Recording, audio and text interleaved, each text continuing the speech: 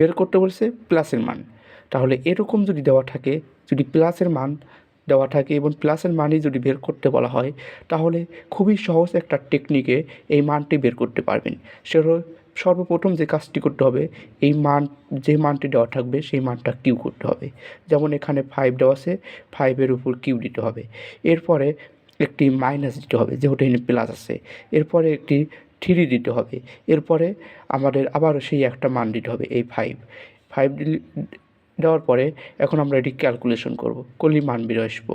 যেমন 5 এর উপর কিউ মানে 125 মাইনাস এরপর 3 আর 5 ইন্টু করলে পারে 3 পাঁচা 15।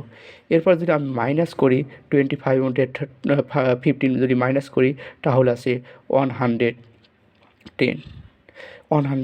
এটি হবে হলো এই কোশ্চেনের অ্যান্সার। খুবই সহজে সূত্র